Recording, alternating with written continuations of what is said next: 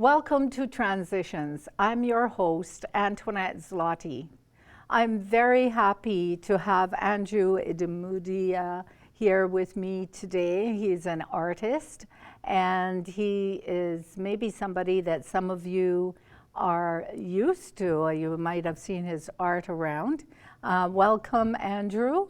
Andrew, you add to the diversity in the city. You're creative. You are actually doing some amazing work of art that really command our attention. So I really look forward to talking to you and hearing about your journey into art and some of the challenges that you faced along the way and some of the hopes that you have for the future. So could you tell us a little bit about yourself, Andrew? Thank you. Thank you for having me here. And thank you for those nice words. I'm actually, as we'll find out, I'm a fairly new artist. I moved here to Canada in 2010 as a student at the U of M. I actually went to school for a biology degree. And then after that, I was gonna go on to med school, but I couldn't afford that. And then, kind of fell into I always had like artistic talent, right? So I was just doing it for fun. And then, from fun and just doing it for friends and family, and we're here today.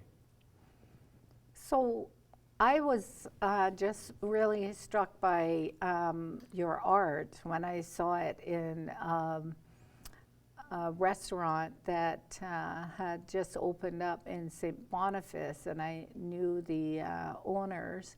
And I said, I would really like to meet you. And I called you up, talked to you, and you said right off that you were willing to contribute to the cause that I was actually representing at the time. You said you would donate some of your art prints, and I thought, that's very impressive because an artist also has to make a living. Yes. I'm just reflecting on what you just said about the fact that you were in biology and you were heading towards medicine, and then you made a detour. Well, if this will help you any, I also entered university in the science program, and I went over to social work, and I did my bachelor and my master's subsequently over the course of a number of years. And I'm still using my degrees now. So, and I don't have any regrets, really. So I wish you all the best going forward into your future. But how did you deal with people who said to you, like, oh, maybe that wasn't such a good idea? To be honest, like nobody really said anything like that to me, which is great.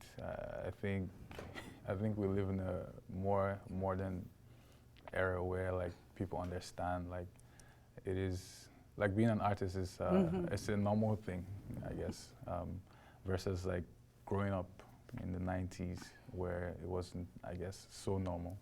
So I didn't really have any naysayers or anything like that. Everybody was really, all my friends and family really supportive, which is great. So I'm grateful for that as well.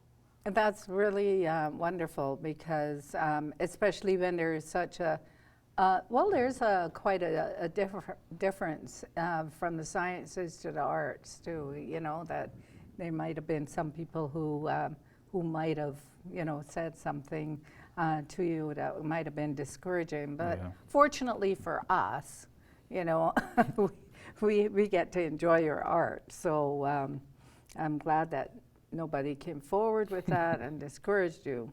So are you an artist, visual artist entirely, or are there other areas of art? And I take it that you are doing mostly oil on canvas? Yeah, mostly. paint with acrylic sometimes. Right now, 100% visual artist, but I would love to explore other like areas of art. Like other things interest me, like film, photography as well. But in due time, I'm here for now, and this is what I'm doing. And but other media also interest me in art.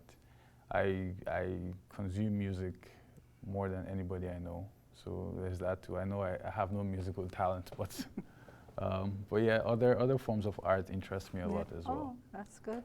That's very good. That's good.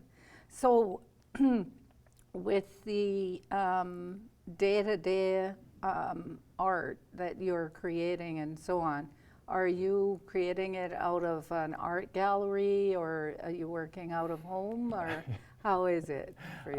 I work out of my apartment. I live in a 3-bedroom, and one of them is I guess it's just a studio now, and it's just filling up with more paintings, and hopefully someday I'm able to get my own space so my wife doesn't throw my paintings out.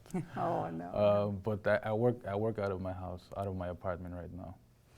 Oh, so that's good. And so, okay, the last time I saw your art was at Black History Month this year, Yes. and at the Legislative Building.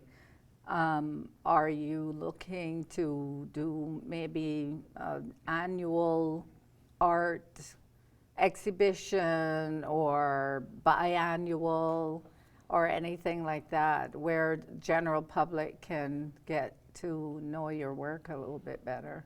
Yeah, I actually had one in 2020, I think, right before the lockdowns and everything. And then I plan to in the future, and it will be all over social media, and I'll put it out there as much as I can. At the Black History Month at the Legislative, I was actually invited, which is a big privilege and honor. But I do plan to have exhibitions. I don't know if it's going to be once a year or twice, or but I plan to do that in the future more consistently. Yeah, no, a friend of ours is actually the son of a very well-known artist on the island where I was born in Barbados, and yeah, periodically he has exhibitions. He used to have them here in Winnipeg when he lived in Winnipeg, but he's been back in Barbados now for quite a number of years, and so that's what he does now and then. It seems to really help with, as you have indicated, your volume of art starts to get to expand and take up a lot of the space in which you create, right? So, it's good when other people have an opportunity. So maybe something like even looking for sponsors, or looking at some of the events that go on at places like the Convention Center, or looking at Toacomi or CCOM and places like that to see whether or not they could be a part of it. That would really be good. So what's your I know you mentioned just now that you were actually invited to showcase your art at the Legislative Building, but would you say that's your proudest moment, or was there something else that you can think about? Absolutely, that's been like the highest point of my career, considering like I didn't mention before, but so I started painting officially in 2019.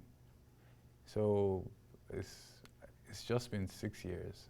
Well, but it's been 6 years, and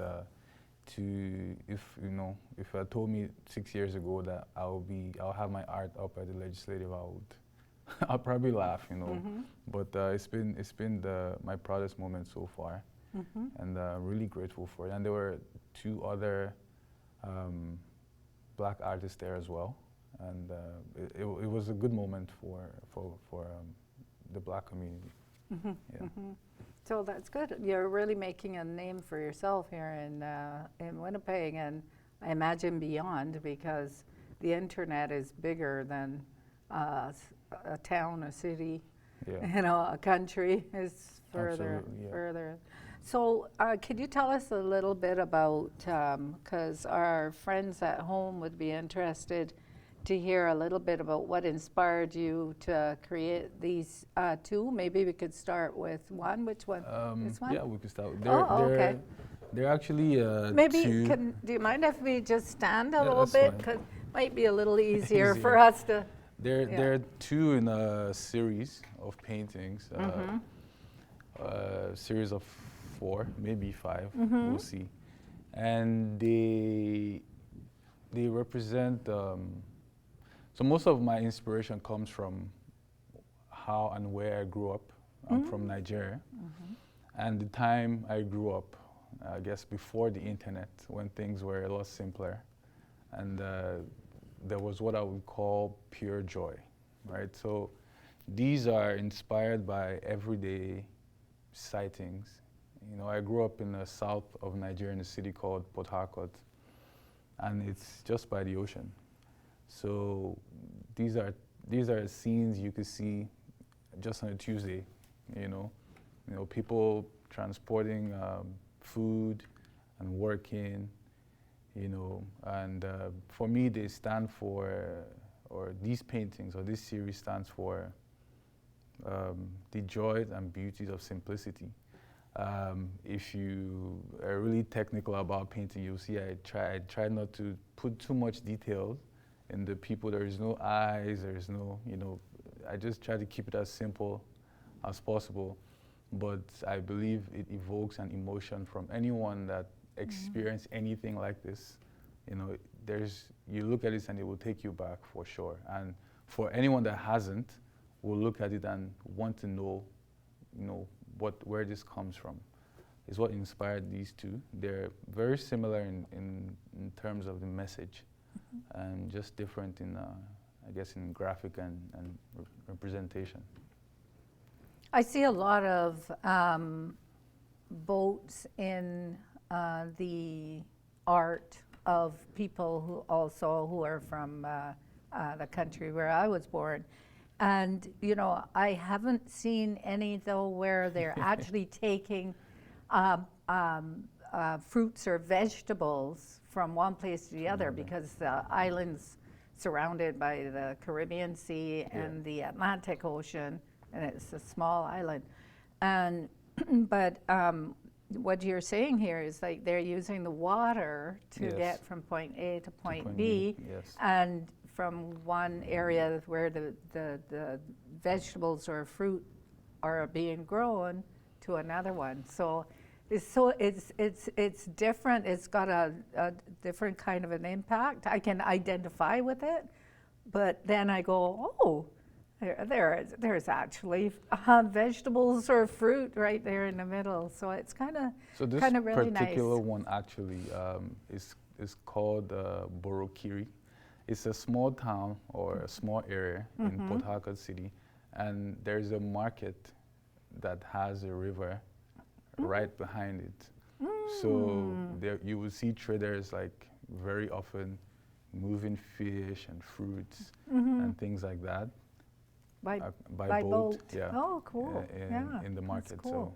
So that's why I have a picture of something like this. Yeah, I've seen it before. No, that's cool. So, do you remember ever being in the water like this? And funny thing is, no. No. I was privileged enough to. My dad was an engineer, so we had enough, and he would never let me play in the water like this. No? No, Did he have some concern about the quality of the water, or that you might most likely something harm might come to you? You would probably find me in a pool, but in a river, a lake, you will never. Yeah. But as I said, growing up there, inevitably you will see other kids, having fun. I always wanted to, but I knew that would never happen for me. But yeah, you see things like this. Maybe not even in the river, but like in a puddle after rain. After rain, You yeah, know, so yeah. and as I said, it was just the joy and the happiness in the simple things. Yeah, And yeah. maybe we need some of that in the world today. No, I agree. I hear you. And just as you spoke about your dad, I thought about my mom especially had had a bad experience in the sea, and where she was basically rescued by being pushed towards the land by somebody else who was in the sea at the time. So she developed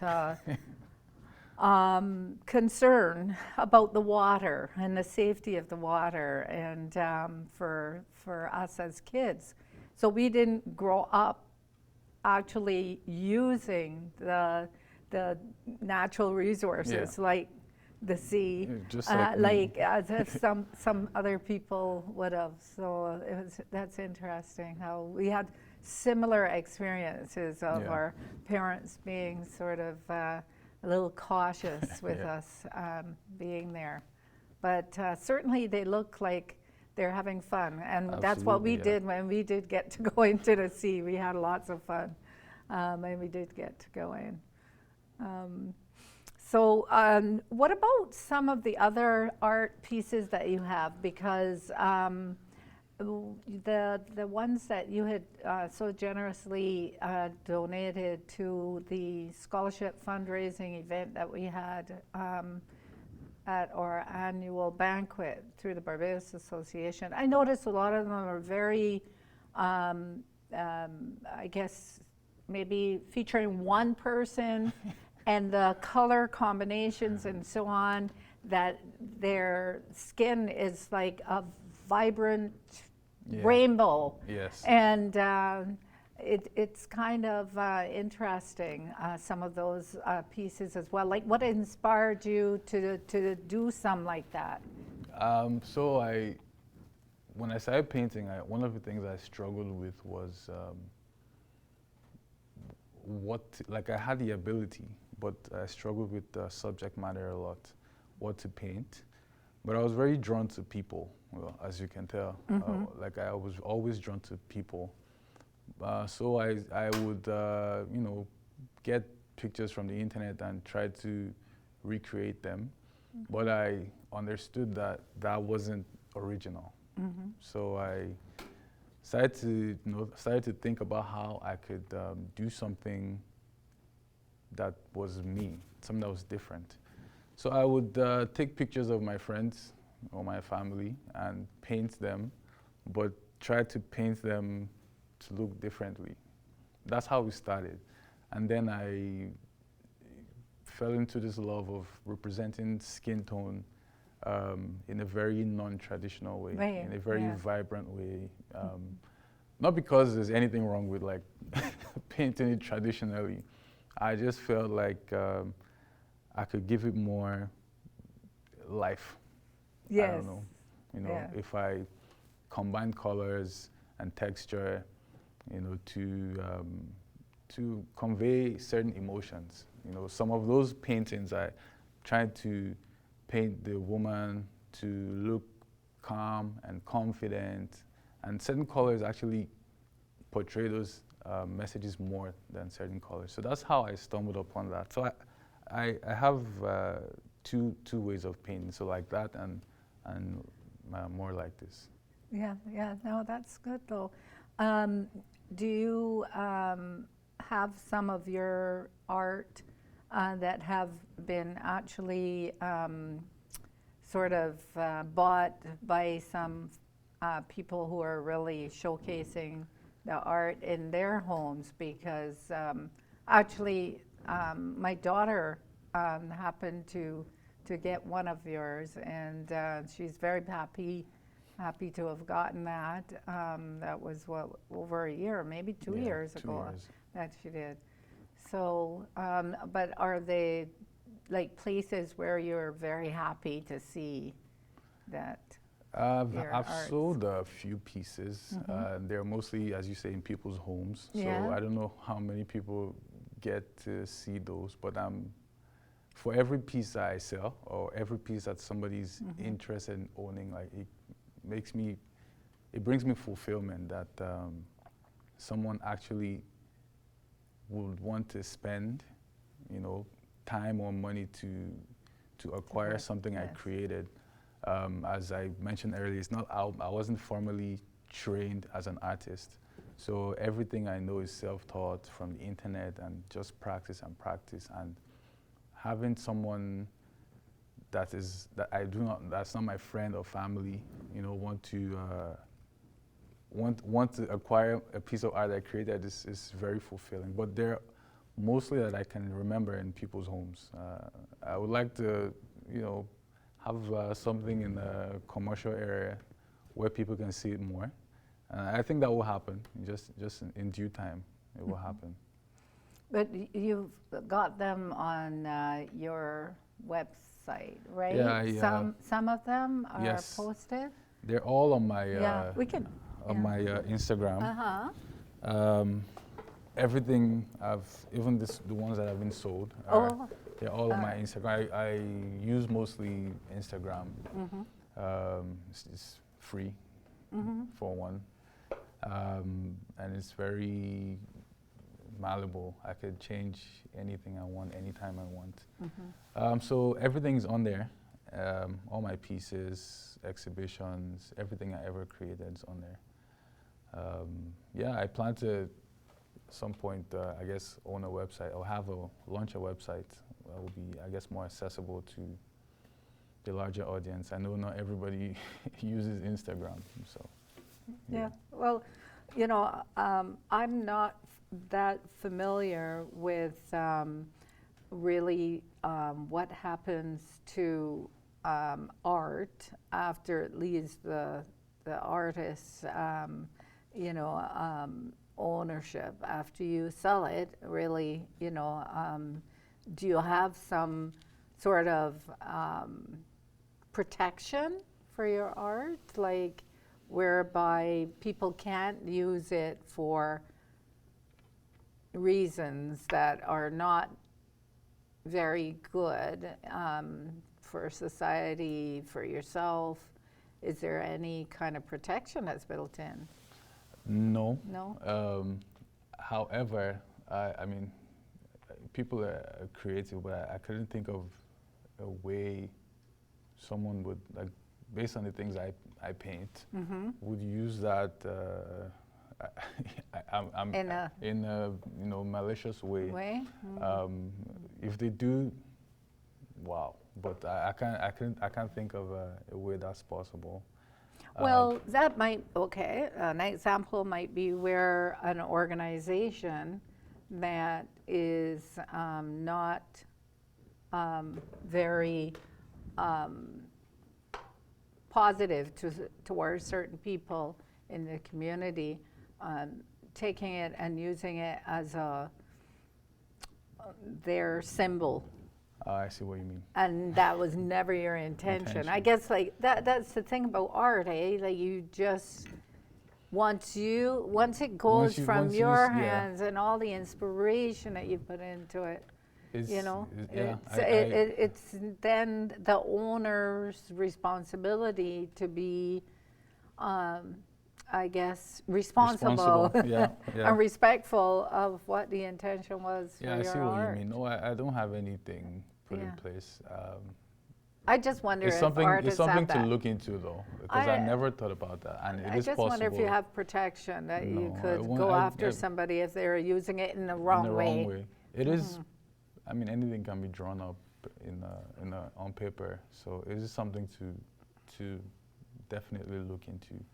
And I guess without that, once the art leaves you, or once you sell it, you've sold it, right? But you're right. It's something to think about.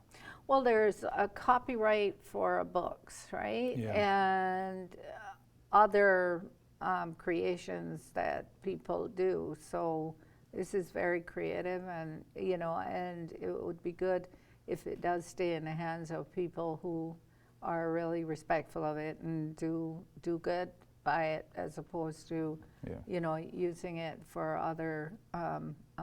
I guess maybe we're a little bit sensitive in these times to people not being respectful of diversity and so on. So, and also people who are sort of taking away rights of people and so on. It is a sensitive time. Yeah. Mm-hmm, mm-hmm. But also, just one of the last questions I want to ask you. Okay, since that restaurant that was in St. Boniface is closed, is there another another restaurant where you are showcasing your work, or they have it there and with contact information for you? So I'm actually actively looking, because that particular restaurant, another restaurant opened up there. If you've been past there as well, and but it's actually funny, as you say. I don't want to put it just anywhere. Just yes, right? Of course. So I'm actively looking, or vetting, I would say, and I want to put it somewhere I trust. For lack of a better word, and so I am looking, and maybe before the end of the year there'll be some of them up in the public somewhere. That would be really good to see. So what we are hoping to do then is we're hoping that our viewers will enjoy some of the inserted images of your art, and maybe we'll leave a little bit of time that we might be able to add more of those in a full way, as opposed to just an insert on what we're saying. So I'd really like to again let you know that I really appreciate you coming on the show. Thank you. And also I'm very thankful that you were able to make it in today to share your story and also share your lovely art. Thank you. With our viewership, and also with me and our crew. So I would like to encourage our viewers to please go on YouTube and check out some of the videos that we have done already. And also, you might find a particular topic or a particular show that's your favorite. And so please go right on there and look at it all over again. So thanks again for joining us.